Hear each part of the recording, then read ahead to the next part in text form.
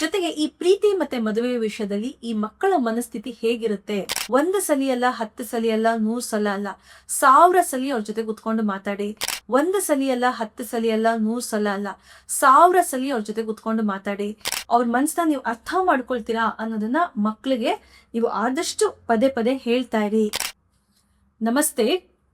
ಈ ವಾರದಲ್ಲಿ ತುಂಬಾನೇ ಚರ್ಚೆಗೆ ಒಳಗಾಗಿದ್ದಂತ ಒಂದು ಕ್ರೈಮ್ ನ್ಯೂಸ್ ಅನ್ನ ನೀವೆಲ್ಲರೂ ಕೇಳಿರ್ತೀರಾ, ನೋಡಿರ್ತೀರಾ.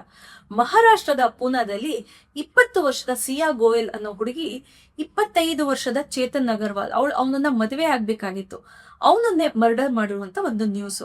ಇದನ್ನ ನೋಡಿದಾಗ ನಿಮ್ಮ ಮನಸ್ಸಲ್ಲಿ ಒಂದಿಷ್ಟು ಪ್ರಶ್ನೆಗಳು ಬಂದಿರಬಹುದು. ಯಾಕೆ ಇವಳು ಇಂಥ ಕೆಲಸ ಮಾಡಿದ್ಲು? ತಂದೆ ತಾಯಿಗೆ ಹೇಳಿ ಆ ಮದ್ವೆನ ಕ್ಯಾನ್ಸಲ್ ಮಾಡ್ಕೋಬಹುದಿತ್ತಲ್ಲ, ಅದ್ರ ಬದಲ ಹುಡುಗದ ಪ್ರಾಣ ಯಾಕೆ ತೆಗೆದ್ಲು ಇವಳು? ಅಂತ ಹಕ್ಕನ್ನ ಯಾರು ಕೊಟ್ಟಿದ್ದು? ಎಂತ ಕೆಟ್ಟ ಹುಡುಗಿ, ಇವಳಿಗೆ ಏನ್ ಪನಿಷ್ಮೆಂಟ್ ಸಿಗಬೇಕು, ಲೀಗಲ್ ಆಸ್ಪೆಕ್ಟ್ಸ್ ಏನು, ಇನ್ವೆಸ್ಟಿಗೇಷನ್ ಹೇಗ್ ನಡೀತಾ ಇದೆ ಅನ್ನೋ ಅನೇಕ ಪ್ರಶ್ನೆಗಳು ನಿಮ್ಮ ಮನಸ್ಸಲ್ಲಿ ಹುಟ್ಟುತ್ತೆ. ಇವತ್ತಿನ ಈ ಒಂದು ಸಂಚಿಕೆಯಲ್ಲಿ ಸೈಕಲಾಜಿಕಲ್ ಆಸ್ಪೆಕ್ಟ್ಸ್ ಏನಿರಬಹುದು, ಅಂದ್ರೆ ಆ ಹುಡುಗಿ ಮನಸ್ಥಿತಿ ಹೇಗಿತ್ತು, ಯಾಕೋಳು ಇಂಥ ಒಂದು ಕಠಿಣ ನಿರ್ಧಾರವನ್ನ ತಗೊಂಡ್ಲು, ಜೊತೆಗೆ ಈ ಪ್ರೀತಿ ಮತ್ತೆ ಮದುವೆ ವಿಷಯದಲ್ಲಿ ಈ ಮಕ್ಕಳ ಮನಸ್ಥಿತಿ ಹೇಗಿರುತ್ತೆ, ಜೊತೆಗೆ ತಂದೆ ತಾಯಿ ಮತ್ತು ಆ ಮಗಳ ಮಧ್ಯೆ ಇದ್ದ ಸಂಬಂಧ ಹೇಗಿತ್ತು ಅನ್ನೋದ್ರ ಬಗ್ಗೆ ಒಂದಿಷ್ಟು ವಿಚಾರಗಳನ್ನ ನಿಮ್ ಜೊತೆ ಹಂಚ್ಕೊಳ್ಳೋದಿಕ್ಕೆ ಇಷ್ಟಪಡ್ತೀನಿ. ಮೊದಲಿಗೆ ಈ ಸಿಯಾ ಶರ್ಮಾ ಮತ್ತು ಅವಳು ಪ್ರೀತಿಸಿದ ಹುಡುಗನ ಬಗ್ಗೆ ನಾವು ಒಂದಿಷ್ಟು ವಿಚಾರಗಳನ್ನ ತಿಳ್ಕೊಳ್ಳೋಣ. ನೋಡಿ, ಅವರು ಪ್ರೀತಿ ಮಾಡಿದ್ದು ವಯಸ್ಸು 20 ವರ್ಷ. ಸೊ ಈ ವಯಸ್ಸಲ್ಲಿ ಪ್ರೀತಿ ಮಾಡಿದಾಗ ತುಂಬಾ ಆ ಪ್ರೀತಿ ಆಳವಾಗಿರುತ್ತೆ, ಗಾಢವಾಗಿರುತ್ತೆ. ತಂದೆ ತಾಯಿಗಳಿಗೆ ಅದು ಸೀರಿಯಸ್ ಅನ್ಸಲ್ಲ, ಆದ್ರೆ ಮಕ್ಕಳಿಗೆ ಅದು ತುಂಬಾನೇ ಡೀಪ್ ಆಗಿರುತ್ತೆ, ತುಂಬಾ ಸೀರಿಯಸ್ ಆಗಿ ತಗೊಂಡಿರ್ತಾರೆ. ಪ್ರತಿಯೊಬ್ರು ಪ್ರೇಮಿಗಳು ಅವ್ರನ್ನ ಒಂದು ಲೈಲಾ ಮಜ್ನು ಅಂತಾನೋ ಅಥವಾ ಸಲೀಮನ ಕಲಿ ಅಂತಾನೆ ತಿಳ್ಕೊಂಡಿರ್ತಾರೆ. ಸೊ ತಂದೆ ತಾಯಿಗಳಿಗೆ ಒಂದು ಉದ್ದೇಶ ಇರುತ್ತೆ, ಮಕ್ಕಳನ್ನ ಒಳ್ಳೆ ಕಡೆ ಕೊಟ್ಟು ಮದ್ವೆ ಮಾಡ್ಬೇಕು ಅಂತ. ಸೊ ಈ ಪ್ರಕರಣದಲ್ಲಿ ಮಗಳನ್ನ ಒಳ್ಳೆ ಕಡೆ ಕೊಟ್ಟು ಮದ್ವೆ ಮಾಡೋಣ ಅನ್ನೋ ಒಂದು ಉದ್ದೇಶ ಖಂಡಿತವಾಗ್ಲೂ ಇದು ಕಾಣಿಸ್ತಾ ಇದೆ. ಒಳ್ಳೆ ಹುಡುಗ, ಚೆನ್ನಾಗಿ ದುಡಿತಾ ಇದ್ದಾನೆ, ಶ್ರೀಮಂತ, ಜೊತೆಗೆ ಆ ಫ್ಯಾಮಿಲಿಗೂ ಈ ಫ್ಯಾಮಿಲಿಗೂ ಒಂದು ಒಳ್ಳೆ ಸಂಬಂಧ ಇತ್ತು. ಸೊ ಆ ಕಾರಣಕ್ಕಾಗಿ ಹುಡುಗಿನ ಬೇರೊಂದು ಹುಡುಗನ ಜೊತೆ ಮದುವೆ ಮಾಡ್ಬೇಕು ಅಂತ ಹೇಳಿ ತಂದೆ ತಾಯಿಗಳು ನಿರ್ಧಾರ ಮಾಡ್ತಾರೆ. ಖಂಡಿತವಾಗ್ಲೂ ಆ ಹುಡುಗಿ ತಂದೆ ತಾಯಿಗಳಿಗೆ ಹೇಳಿರಬಹುದು, ನನಗೆ ಇಷ್ಟ ಇಲ್ಲ ಈ ಹುಡುಗ, ನನ್ ಮದ್ವೆ ಆಗಲ್ಲ, ಬೇರೆ ಒಬ್ಬರನ್ನ ಪ್ರೀತಿಸ್ತಾ ಇದ್ದೀನಿ ಅಂತ. ಅಥವಾ ಬೇರೆ ಹುಡುಗನ ಪ್ರೀತಿಸ್ತಾ ಇದ್ದಾಳೆ ನನ್ ಮಗಳು ಅಂತ ತಂದೆ ತಾಯಿಗಳಿಗೆ ಗೊತ್ತು, ಖಂಡಿತವಾಗ್ಲೂ ಇರುತ್ತೆ. ಯಾಕಂದ್ರೆ 1 ವರ್ಷ 2 ವರ್ಷದಿಂದ ಪ್ರೀತಿಸ್ತಾ ಇದ್ದಾರೆ. ಗೊತ್ತಿದ್ರು ಸಹ ಒಳ್ಳೆ ಹುಡುಗ ಸಿಕ್ಕಿದಾನೆ ಅನ್ನೋ ಒಂದು ಕಾರಣಕ್ಕೆ ಮಗಳಿಗೆ ಒತ್ತಾಯ ಮಾಡಿ ಅವರು ಒಪ್ಸಿರಬಹುದು ಮದ್ವೆಗೆ. ಈ ಒಂದು ಕಾರಣಕ್ಕೆ ನಿರಾಕರಿಸದೆ ತಂದೆ ತಾಯಿಗಳ ಒಂದು ಬೇಡಿಕೆಯನ್ನ ಮಗಳು ಒಪ್ಕೊಂಡಿರ್ಬಹುದು. ಆದ್ರೆ ಮೇಲಿಂದ ಒಪ್ಕೊಂಡ್ರು ಸಹ ಮನಸಾರೆ ಅವಳು ಒಪ್ಕೊಂಡಿಲ್ಲ. ಸೊ ಈ ಒಂದು ಕಾರಣಕ್ಕೆ ಅವಳು ಏನ್ ಮಾಡಿದಾಳೆ, ಮೇಲಿಂದ ಒಪ್ಕೊಳ್ಳೋಣ, ಮದ್ವೆ ಆಗೋ ಒಂದು ನಾಟಕ ಮಾಡೋಣ, ಆದ್ರೆ ನಾನು ಮದುವೆಯಾಗೋ ಹುಡುಗ ನಾನು ಪ್ರೀತಿಸಿರೋ ಹುಡುಗನೇ ಅಂತ ಹೇಳಿ ನಿರ್ಧಾರ ಮಾಡಿರುವಂತದ್ದು. ಸೊ ಅವಳು ಮತ್ತೆ ಅವಳ ಒಂದು ಪ್ರಿಯತಮ ಏನಿತ್ತ ಒಂದು ಪ್ಲಾನ್ ಮಾಡಿದ್ರು, ಒಂದು ಸ್ಕೆಚ್ ಹಾಕಿ ಆ ಹುಡುಗನ ಜೀವನ ತೆಗೆದ್ರು. ಸೊ ಇದರಿಂದ ನಾವೇನ್ ಅರ್ಥ ಮಾಡ್ಕೋಬೇಕು ಅಂತಂದ್ರೆ, ತಂದೆ ತಾಯಿಗಳು ದಯವಿಟ್ಟು ನಿಮ್ಮ ಮಕ್ಕಳು ಯಾವುದೋ ಒಂದು ರಿಲೇಶನ್ಶಿಪ್ ಅಲ್ಲಿ ಇದ್ದಾರೆ, ನಿಮ್ಮ ಮಗಳು ಬೇರೆ ಹುಡುಗನ ಪ್ರೀತಿಸ್ತಾ ಇದ್ದಾರೆ, ಅಥವಾ ನಿಮ್ಮ ಹುಡುಗ ಬೇರೆ ಒಂದು ಹುಡುಗಿನ ಪ್ರೀತಿಸ್ತಾ ಇದ್ದಾರೆ ಅಂತಂದ್ರೆ ದಯವಿಟ್ಟು ಅವ್ರನ್ನ ಬಲವಂತವಾಗಿ ಆ ಸಂಬಂಧದಿಂದ ಹೊರಗೆ ಕರ್ಕೊಂಡ್ ಬರ್ಬೇಡಿ. ಎಸ್ಪೆಷಲಿ ಅವರು ಆ ರಿಲೇಶನ್ಶಿಪ್ ಅಲ್ಲಿ 1 ವರ್ಷ 2 ವರ್ಷ ಇದ್ದಾರೆ ಅಂತಂದ್ರೆ ಅದನ್ನ ಸೀರಿಯಸ್ ಆಗಿ ತಗೊಳ್ಳಿ. ನಿಮಗ್ ಅನ್ನಿಸ್ಕೋದು ಬೇರೆ ಒಬ್ರನ್ನ ಮದ್ವೆ ಆಗಿದ್ರೆ ಮೂವ್ ಆನ್ ಆಗ್ಬಿಡ್ತಾರೆ, ಅಡ್ಜಸ್ಟ್ ಆಗ್ತಾರೆ, ಹಳಬ್ರನ್ನ ಮರ್ತ್ ಹೋಗ್ತಾರೆ ಅಂತ. ಆದ್ರೆ ತುಂಬಾ ಕೇಸ್ಗಳಲ್ಲಿ ಇದು ಆಗೋದಿಲ್ಲ. ಬೇರೆಯವ್ರನ್ನ ಮದ್ವೆ ಆದ್ರೂ ಕೂಡ ಹಳೆ ಪ್ರೀತಿ ಅವರ ನೆನಪಲ್ಲಿ ಇದ್ದೇ ಇರುತ್ತೆ. ಸೊ ಬಲವಂತವಾಗಿ ಅವ್ರನ್ನ ಹೊರಗೆ ಕರ್ಕೊಂಡ್ ಬರ್ಬೇಡಿ. ಜೊತೆಗೆ 1 ಸಲಿ ಅಲ್ಲ, 10 ಸಲಿ ಅಲ್ಲ, 100 ಸಲ ಅಲ್ಲ, 1000 ಸಲಿ ಅವ್ರ ಜೊತೆ ಕುತ್ಕೊಂಡು ಮಾತಾಡಿ. ನಿಮ್ಗೆ ನಿಜವಾಗ್ಲೂ ಈ ಹುಡುಗ ಇಷ್ಟನಾ, ಮದ್ವೆ ಆಗ್ತೀಯೋ ಇಲ್ವೋ, ನಮ್ಮ ಬಲವಂತಕ್ಕೆ ಒಪ್ಕೋಬೇಡ, ಮನಸಾರೆ ಒಪ್ಕೊಳ್ಳೋದಾದ್ರೆ ಮಾತ್ರ ಈ ಹುಡುಗನ ನೀ ಮದ್ವೆ ಆಗು, ನಮ್ಗೇನು ಬೇಜಾರಿಲ್ಲ, ನೀ ಇಷ್ಟಪಟ್ಟಿದ್ದು ಹುಡುಗ ಅಥವಾ ಹುಡುಗಿ ಜೊತೆ ನಾನು ಮದ್ವೆ ಮಾಡ್ಕೊಡ್ತೀನಿ ಅಂತ ಮಕ್ಳಿಗೆ ಹೇಳಿ. ಅಕಸ್ಮಾತ್ ನಿಮ್ಮ ಮಕ್ಳು ಆಯ್ತು ನಾನ್ ಬಲವಂತವಾಗಿ ಆಗ್ತಾ ಇಲ್ಲ, ನಿನ್ ಇಷ್ಟಕ್ಕೂ ನಾವು ಮದ್ವೆ ಆಗ್ತಿಲ್ಲ, ನನ್ನ ಇಷ್ಟಕ್ಕೆ ನಾನು ಮದ್ವೆ ಆಗ್ತೀನಿ ಅಂದ್ರೆ ಮಾತ್ರ ನೀವು ಆ ಮದ್ವೆಗೆ ಒಪ್ಕೊಂಡು ಆ ಮದ್ವೆಯನ್ನ ಮಾಡೋದಕ್ಕೆ ನಿರ್ಧಾರ ಮಾಡಿ. ನೋಡಿ, ಈ ಪ್ರಕರಣದಲ್ಲಿ ಹುಡುಗಿ ಮೇಲ್ಮೇಲೆ ಒಪ್ಪಿಗೆ ಕೊಟ್ಟಿದ್ದಾಳೆ, ಮನಸಾರೆ ಒಪ್ಪಿಗೆ ಕೊಟ್ಟಿಲ್ಲ. ಇದನ್ನ ತಂದೆ ತಾಯಿಗಳು ನಿರ್ಲಕ್ಷ್ಯ ಮಾಡಿದ್ದಾರೆ, ಗೊತ್ತಿಲ್ದೋ ನಿರ್ಲಕ್ಷ್ಯ ಮಾಡಿದ್ದಾರೆ, ಸೀರಿಯಸ್ ಆಗಿ ತಗೊಂಡಿಲ್ಲ. ಕೊನೆಗೆ ಇಂಥ ಒಂದು ಅನಾಹುತನ ಎದುರಿಸುವಂತ ಒಂದು ಪರಿಸ್ಥಿತಿನ ಅವ್ರಿಗೆ ತಕ್ಕೊಟ್ರು.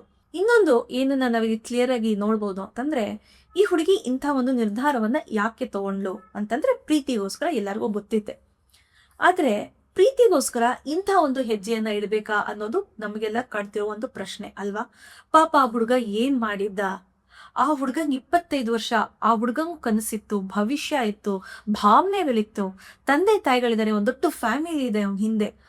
ಅವನಿಗೆ ಯಾಕೆ ಇವಳು ಅನ್ಯಾಯ ಮಾಡಿದ್ಲು ಅನ್ನೋ ಒಂದು ಪ್ರಶ್ನೆ ಬರುತ್ತೆ. ಆದರೆ ಅವನಿಗಾಗಿರೋ ನೋವು ಇವಳಿಗೆ ಗೊತ್ತಾಗ್ಲಿಲ್ವಾ ಅನ್ನೋ ಒಂದು ಪ್ರಶ್ನೆ ನಮ್ಮನ್ನ ಕಾಡುತ್ತೆ. ಇದಕ್ಕೆ ಉತ್ತರ ಏನಪ್ಪಾ ಅಂತಂದ್ರೆ ಲ್ಯಾಕ್ ಆಫ್ ಎಂಪತಿ, ಸಹಾನುಭೂತಿಯ ಕೊರತೆ.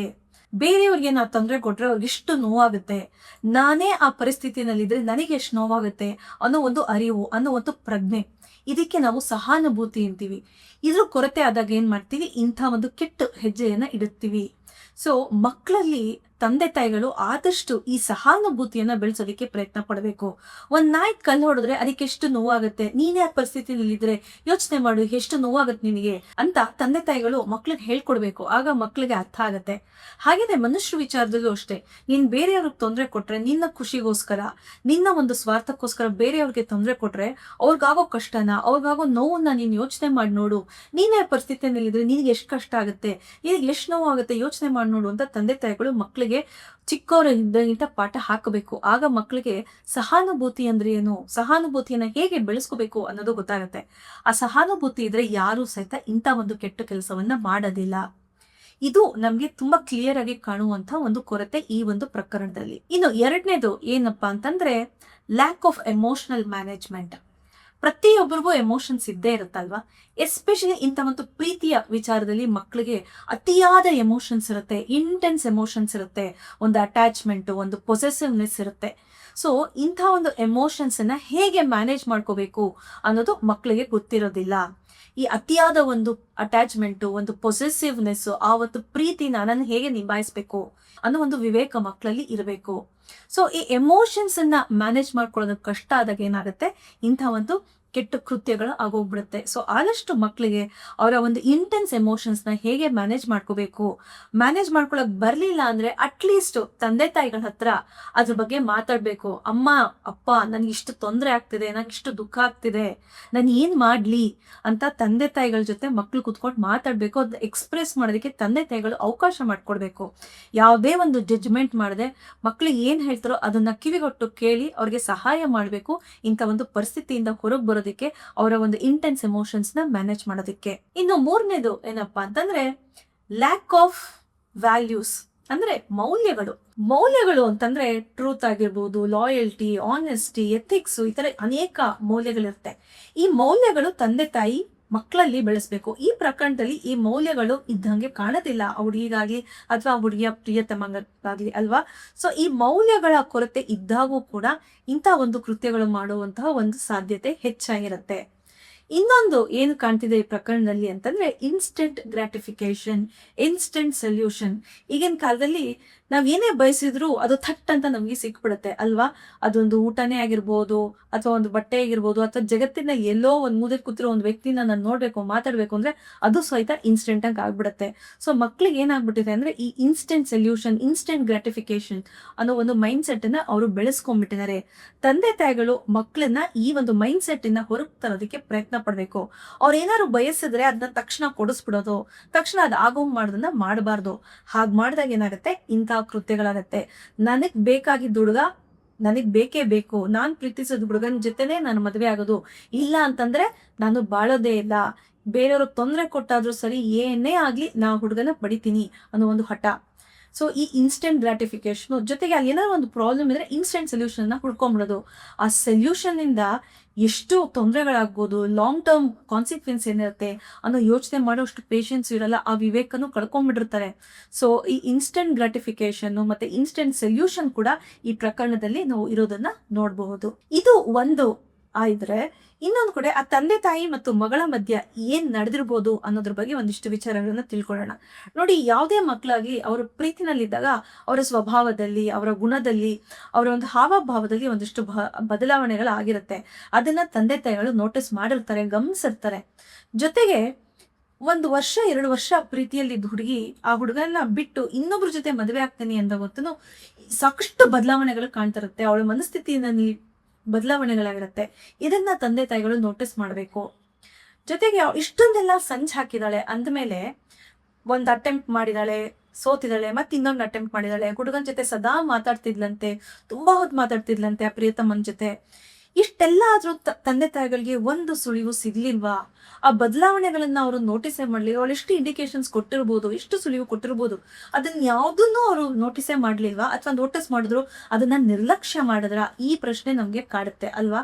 ಸೊ ತಂದೆ ತಾಯಿಗಳು ಮಕ್ಕಳ ಒಂದು ಪ್ರೀತಿ ವಿಚಾರದಲ್ಲಿ ಅವರಲ್ಲಿ ಏನ್ ಬದಲಾವಣೆಗಳಾಗ್ತಿದೆ, ಅವ್ರು ಏನಾದ್ರು ಹೊರಗಡೆ ಏನಾದ್ರು ಇಂಥ ಸಂಚ್ ಮಾಡ್ತಿದ್ರೆ ಅಥವಾ ಏನಾದ್ರು ಒಂದು ಕಷ್ಟಕ್ಕೆ ಸಿಕ್ಕಾಕೊಂಡಿದ್ರೆ ಹೇಗೆ ಅವರ ಮನಸ್ಥಿತಿನ ನಾವು ಅರ್ಥ ಮಾಡ್ಕೋಬೇಕು, ಅವರ ಹಾವಭಾವದಲ್ಲಿ, ಅವ್ರ ಸ್ವಭಾವದಲ್ಲಿ, ಅವ್ರ ಗುಣಗಳಲ್ಲಿ ಏನಾದ್ರು ಬದಲಾವಣೆಗಳಾಗಿದ್ರೆ ಅದನ್ನ ಹೇಗೆ ಕಂಡುಹಿಡ್ಕೋಬೇಕು, ಅದಕ್ಕೆ ಹೇಗೆ ನಾವು ಪ್ರಾಮುಖ್ಯತೆ ಕೊಟ್ಟು ಅದನ್ನ ಸರಿ ಮಾಡ್ಬೇಕು, ಅವ್ರ ಜೊತೆ ಕುತ್ಕೊಂಡು ಮಾತಾಡ್ಬೇಕು ಅನ್ನೋದನ್ನ ತಂದೆ ತಾಯಿಗಳು ಅರ್ಥ ಮಾಡ್ಕೊಂಡು ಪಾಲಿಸ್ಬೇಕು. ಇದೆಲ್ಲ ಆಗಿದ್ರೆ ಖಂಡಿತವಾಗ್ಲೂ ಈ ಪ್ರಕರಣದಲ್ಲಿ ಇಂಥ ಒಂದು ಅನುಭೂತ ಆಗ್ತಾ ಇರ್ಲಿಲ್ಲ ಅಲ್ವಾ? ಜೊತೆಗೆ ಆ ತಂದೆ ತಾಯಿ ಮತ್ತು ಮಗಳ ಮಧ್ಯೆ ಎಂತ ಒಂದು ಸಂಬಂಧ ಇತ್ತು ಅನ್ನೋದು ನನಗೆ ಕಾಡ್ತಿರೋವಂಥದ್ದು. ಯಾಕೆ ಅಂತಂದ್ರೆ ಮಕ್ಕಳು ಏನಾದ್ರು ಕಷ್ಟಕ್ಕೆ ಸಿಕ್ಕಾಕೊಂಡ್ರೆ ಫಸ್ಟ್ ಅದನ್ನ ಹೋಗಿ ತಂದೆ ತಾಯಿ ಅಂತ ಹೇಳ್ತಾರೆ ಅಲ್ವಾ? ಸೊ ಈ ಪ್ರಕರಣದಲ್ಲಿ ಆ ಹುಡುಗಿ ಅಷ್ಟೊಂದೆಲ್ಲ ಎದುರಿಸಿದಾಳೆ, ಮನ್ಸಿಗೆ ಅಷ್ಟೊಂದು ಬೇಜಾರಾಗಿದೆ, ಇಂಥ ಒಂದು ದೊಡ್ಡ ಹೆಜ್ಜೆಯನ್ನ ತಗೊಳ್ತಾ ಇದ್ದಾಳೆ, ಆದ್ರೂ ಕೂಡ ಇದನ್ನ ಯಾವ್ದನ್ನು ಅವಳು ಓಪನ್ ಆಗಿ ತಂದೆ ತಾಯಿ ಹತ್ರ ಡಿಸ್ಕಸ್ ಮಾಡ್ಲಿಲ್ವಾ? ಅಲ್ಲೊಂದು ಓಪನ್ ಕಮ್ಯುನಿಕೇಶನ್ ಇದ್ದಿದ್ರೆ, ಒಂದು ಸ್ಟ್ರಾಂಗ್ ಎಮೋಷನಲ್ ಬಾಂಡಿಂಗ್ ಇದ್ದಿದ್ರೆ, ಒಂದು ಟ್ರಾನ್ಸ್ಪರೆನ್ಸಿ ಇದ್ದಿದ್ರೆ, ತಂದೆ ತಾಯಿಗಳು ಅಂತ ಒಂದು ವಾತಾವರಣನ ಸೃಷ್ಟಿ ಮಾಡಿದ್ರೆ ಖಂಡಿತವಾಗ್ಲೂ ಆ ಮಗಳು ಎಲ್ಲವನ್ನೂ ಆ ತಂದೆ ತಾಯಿ ಹತ್ರ ಡಿಸ್ಕಸ್ ಮಾಡ್ತಿದ್ಲು ಅಂತ ನನ್ನ ಭಾವನೆ. ಸೊ ನೀವು ಕೂಡ ಮಕ್ಕಳು ಏನೇ ಒಂದು ಕಷ್ಟಕ್ಕೆ ಸಿಕ್ಕಾಕೊಳ್ಳಿ, ಅವ್ರಿಗೆ ಎಷ್ಟೇ ಬೇಜಾರಾಗ್ಲಿ, ಖುಷಿ ಆಗ್ಲಿ, ಪ್ರೀತಿ ವಿಚಾರ ಆಗ್ಲಿ, ಮದುವೆ ವಿಚಾರ ಆಗ್ಲಿ, ಪ್ರತಿಯೊಂದನ್ನು ಕೂಡ ನಿಮ್ಮ ಹತ್ರ ಬಂದ್ರೆ ಹೇಳ್ಬೇಕು. ಯಾವುದೇ ವಿಷಯನ ಅವರು ಮುಚ್ಚಿಡಬಾರ್ದು.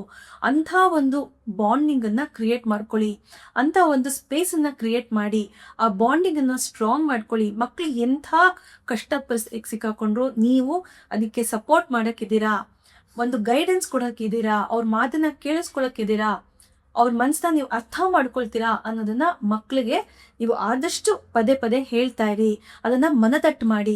ಆಗ ಇಂಥ ಪ್ರಕರಣಗಳಾಗೋದು ತುಂಬಾನೇ ಕಡಿಮೆ ಆಗುತ್ತೆ. ಜೊತೆಗೆ ಸ್ಕೂಲ್ಸ್ಗಳಲ್ಲಿ ಮತ್ತೆ ಮನೆಗಳಲ್ಲಿ ವ್ಯಾಲ್ಯೂಸ್ ಬಗ್ಗೆ, ಎಂಪತಿ ಬಗ್ಗೆ, ಎಮೋಷನಲ್ ಮ್ಯಾನೇಜ್ಮೆಂಟ್ ಬಗ್ಗೆ ಮಕ್ಕಳಿಗೆ ಪಾಠನ ಕಲಿಸ್ಕೊಡಿ. ಹಾಗೇನೆ ಲೀಗಲ್ ಆಸ್ಪೆಕ್ಟ್ಸ್ ಬಗ್ಗೆ ಮಕ್ಕಳಲ್ಲಿ ಒಂದು ಅವೇರ್ನೆಸ್ ನ ಕ್ರಿಯೇಟ್ ಮಾಡಿ. ಇಂಥ ಒಂದು ಕ್ರೈಮ್ಸ್ ನ ಮಾಡಿದ್ರೆ ಏನು ಲೀಗಲ್ ಕಾನ್ಸಿಕ್ವೆನ್ಸಸ್ ಇರುತ್ತೆ, ಅದನ್ನ ಎದುರಿಸ್ಬೇಕಾಗತ್ತೆ ಅಂತ ಮಕ್ಕಳಿಗೆ ಕ್ಲಿಯರ್ ಆಗಿ ಹೇಳಿ. ಆಗ ಮಕ್ಳಿಗೆ ಒಂದು ಭಯ ಬರುತ್ತೆ, ಒಂದು ಅವೇರ್ನೆಸ್ ಸಹಿತ ಅವ್ರಿಗೆ ಬರುತ್ತೆ. ಆಗ ಇಂಥ ಒಂದು ಕ್ರೈಮ್ಸ್ ಮಾಡೋದನ್ನ ಅವರು ಕಡಿಮೆ ಮಾಡ್ತಾರೆ. ಜೊತೆಗೆ ಇಂಥ ಕೌನ್ಸಿಲರ್ಸ್ಗಳು ಬೇಕಾದಷ್ಟು ಜನ ಇದ್ದಾರೆ. ಇಂಥ ಒಂದು ಕಷ್ಟದ ಪರಿಸ್ಥಿತಿಯಲ್ಲಿ ಮಕ್ಕಳಿಗೆ ಆ ಎಮೋಷನ್ಸ್ ನ ಮ್ಯಾನೇಜ್ ಮಾಡ್ಕೊಳಕ್ ಬರ್ಲಿಲ್ಲ ಅಂದ್ರೆ, ನಿಮ್ಗೂ ಅವ್ರನ್ನ ಮ್ಯಾನೇಜ್ ಮಾಡಕ್ ಬರ್ಲಿಲ್ಲ ಅಂದ್ರೆ, ದಯವಿಟ್ಟು ಕೌನ್ಸಿಲರ್ಸ್ ಹತ್ರ ಕರ್ಕೊಂಡು ಹೋಗಿ ಅವರ ಒಂದು ಗೈಡೆನ್ಸ್ ಮೂಲಕ ಮಕ್ಕಳನ್ನ ಇಂಥ ಒಂದು ಪರಿಸ್ಥಿತಿಯಿಂದ ಹೊರಗೆ ತರೋದಕ್ಕೆ ಪ್ರಯತ್ನ ಪಡಿ ಅಂತ ಹೇಳ್ತಾ ಇವತ್ತಿನ ಈ ಒಂದು ಸಂಚಿಕೆಯನ್ನ ಮುಗಿಸ್ತಾ ಇದ್ದೀನಿ. ಫುಲ್ಲು ವಿಡಿಯೋನ ನೋಡಿ, ಇಷ್ಟ ಆದಲ್ಲಿ ಲೈಕ್ ಮಾಡಿ, ಶೇರ್ ಮಾಡಿ, ಸಬ್ಸ್ಕ್ರೈಬ್ ಮಾಡೋದನ್ನ ಮರಿಬೇಡಿ. Thank you.